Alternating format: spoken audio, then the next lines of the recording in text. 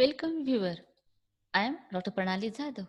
Let's discuss the poem The World is Too Much with Us by William Wordsworth. First of all, I am going to discuss the introduction of the poem. Then poem in detail. Afterward, analysis of the poem. At the end, I am going to present theme of the poem. The World is Too Much with Us was written by William Wordsworth, published in 1807 in a book called Poems in Two Volumes.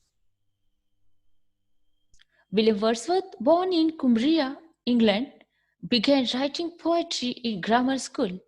Before graduating from college, he went on a walking tour of Europe, which deepened his love for nature and his sympathy for the common man, both major themes in his poetry. This poem is an excellent sonnet. Sonnets are 14-line poetic invention written in iambic pentameter.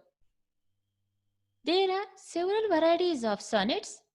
The World is Too Much with Us takes the form of a Petrarchan sonnet, modeled after the work of Petrarch, an Italian poet of the early Renaissance. A Petrarchan sonnet is divided into two parts: an octave, the first 8 lines of the poem, and a sestet, the final 6 lines of the poem. William Wordsworth wrote this sonnet when he was 32 years old in 1802 and published it in 1807. It was a heartfelt response to the demise of the cottage industry and a rural way of life, which had been taken over by mass production and factory work. Look at this picture of material world, that of the city, our jobs, our innumerable financial obligation, control our lives to an unhealthy degree. We are always rushing from one thing to the next. We earn money one day just to spend it the next. The result of this is that we have destroyed a vital part of our humanity. We have lost the ability to connect with and find tranquility in nature. In exchange for material gain, we have given away our emotions and liveliness. This lifestyle destroys our power to identify with nature or to appreciate the world around us. Now look at this beautiful picture of nature.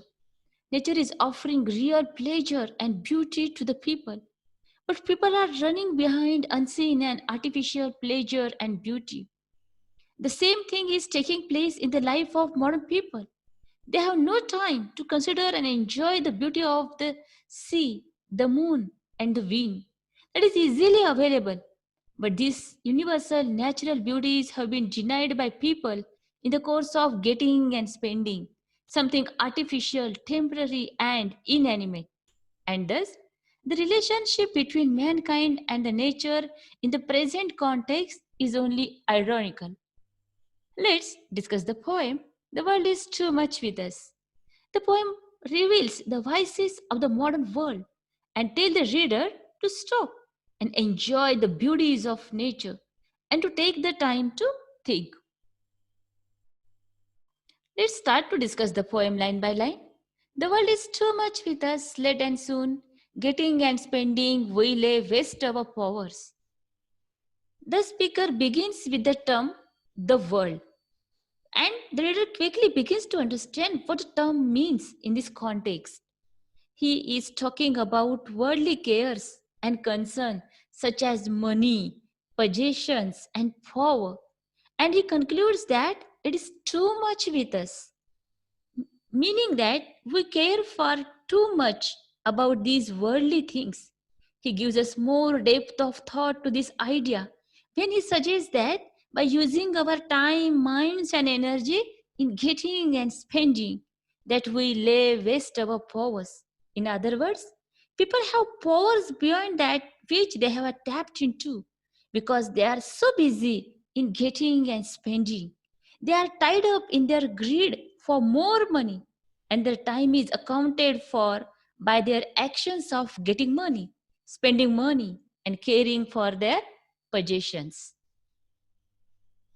Little we see in nature that is ours.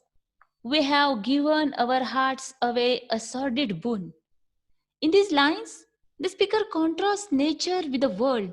He reveals that while people spend their time in acquiring worldly possessions, the true beauty of the earth cannot be owned. He reveals that very few things that people see in nature actually belong to them. He then laments, "We have given away our hearts with greed, and we acquire wealth and worldly possessions rather than enjoying nature." The speaker then continues by describing the beauties of the nature that people are missing out on for money and possessions. In exchange of industrial progress, people receive a boon. That is, they gain something. Boon means gain something. But yet what they gain is a sordid, it is dirty and immoral. This sea that bears her bosom to the moon, the winds that will be howling at all hours, and are gathered up now like sleeping flowers. These lines, speaker describes the beauty of nature that most people are missing out on. He described the sea, the wind, and the flower.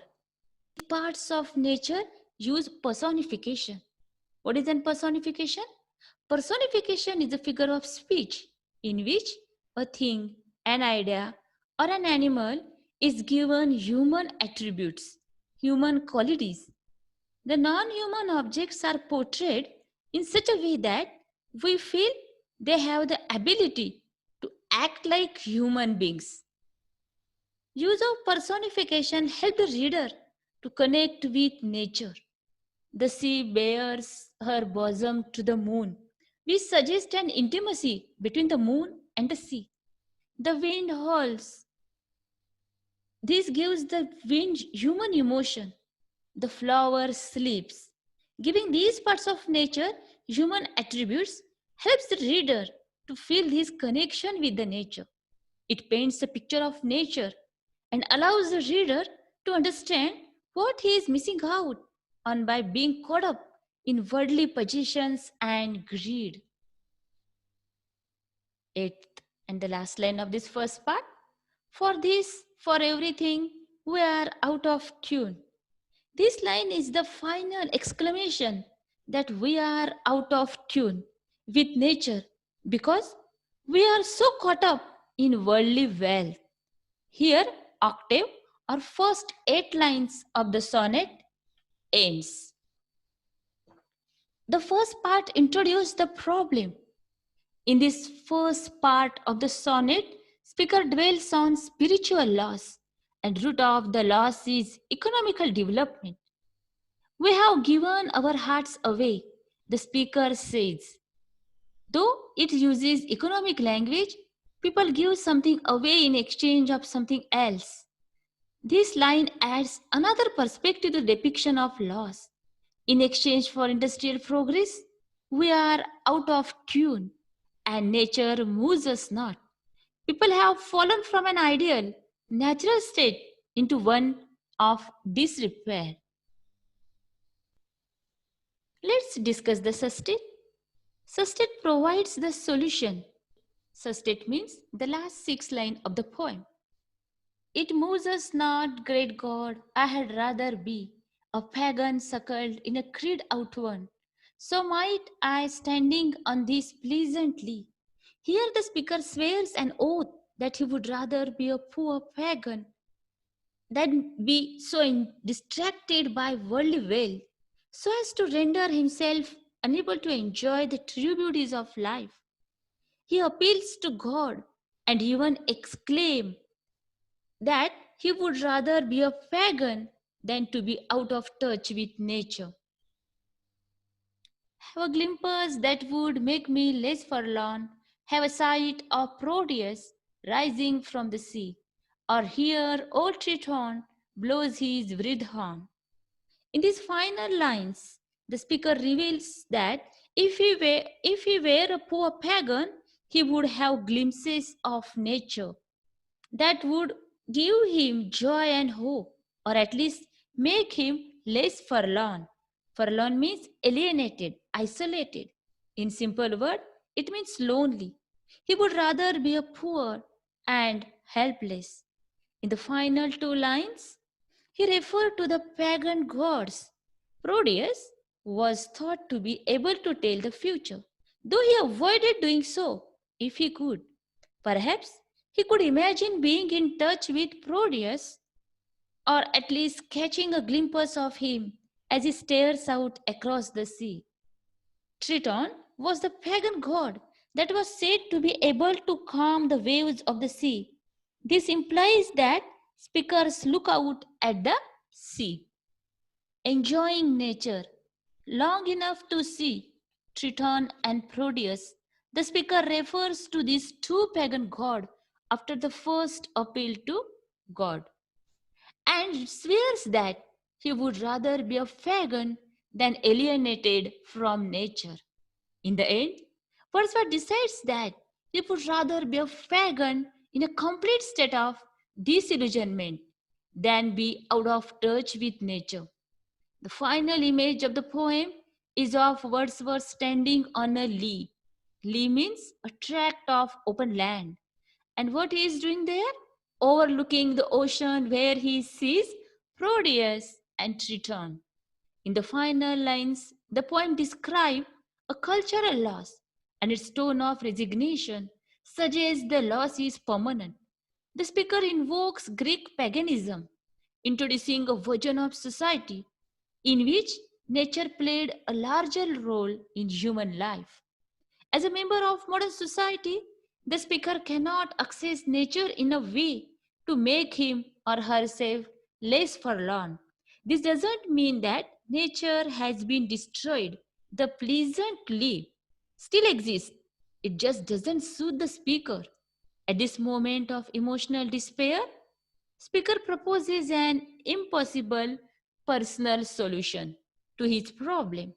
He wishes he could have been raised as a pagan so he could still see ancient gods in the action of nature and thereby gain spiritual solace.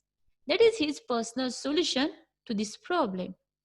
After the detailed discussion of the poem, we can say that this sonnet offers an Wordsworthian theme of intimacy with nature.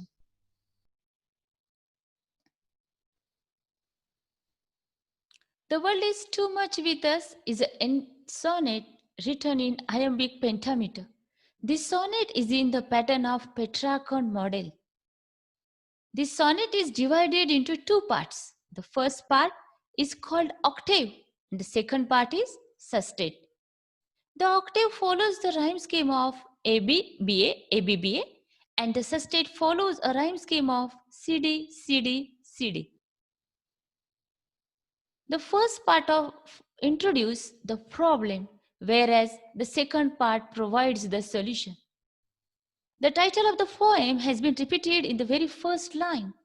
By using the pronoun we, the poet is also taking responsibility of such a loss of nature.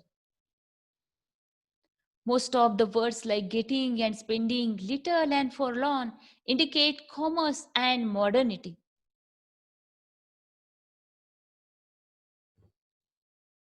In the middle part of the poem, the phrase great God has been capitalized. It means the speaker feels helpless in the human world and he desires to be supported by the God. In this poem, all the poetic lines are almost equal in their length. The poet heavily depends on the use of allusion and mythology. The word pagan refers to an ethnic man of Germanic root. Similarly, Proteus and Triton are the names of two gods who are closely associated with the myth of nature. The major themes of the poem are the loss of nature and the natural world and the impacts of the busy life.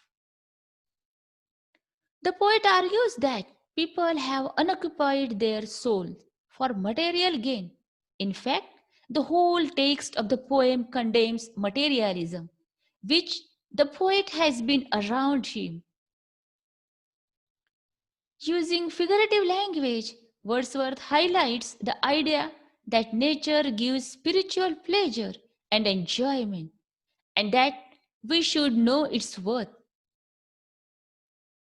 He adds that the lust of power and money has made people hollow, as they have readily given their hearts to the things they need for material comfort. Thus, the poem discusses deadening effect of materialism in the modern world is summarized in the line, getting and spending we lay waste our powers. In an earlier time when people were more attuned to nature and all its wonders and beauties. I would like to end the discussion with a very beautiful and wonderful message by Anne Frank. The best remedy for those who are afraid, lonely, or unhappy is to go outside, somewhere where they can be quite alone with the heavens, nature, and God, because only then does one feel that all is as it should be, and that God wishes to see people happy amidst the simple beauty of nature. I firmly believe that nature being solace in all troubles. I hope you understand the poem. Thank you. If you like this video, subscribe it, like it, and share it.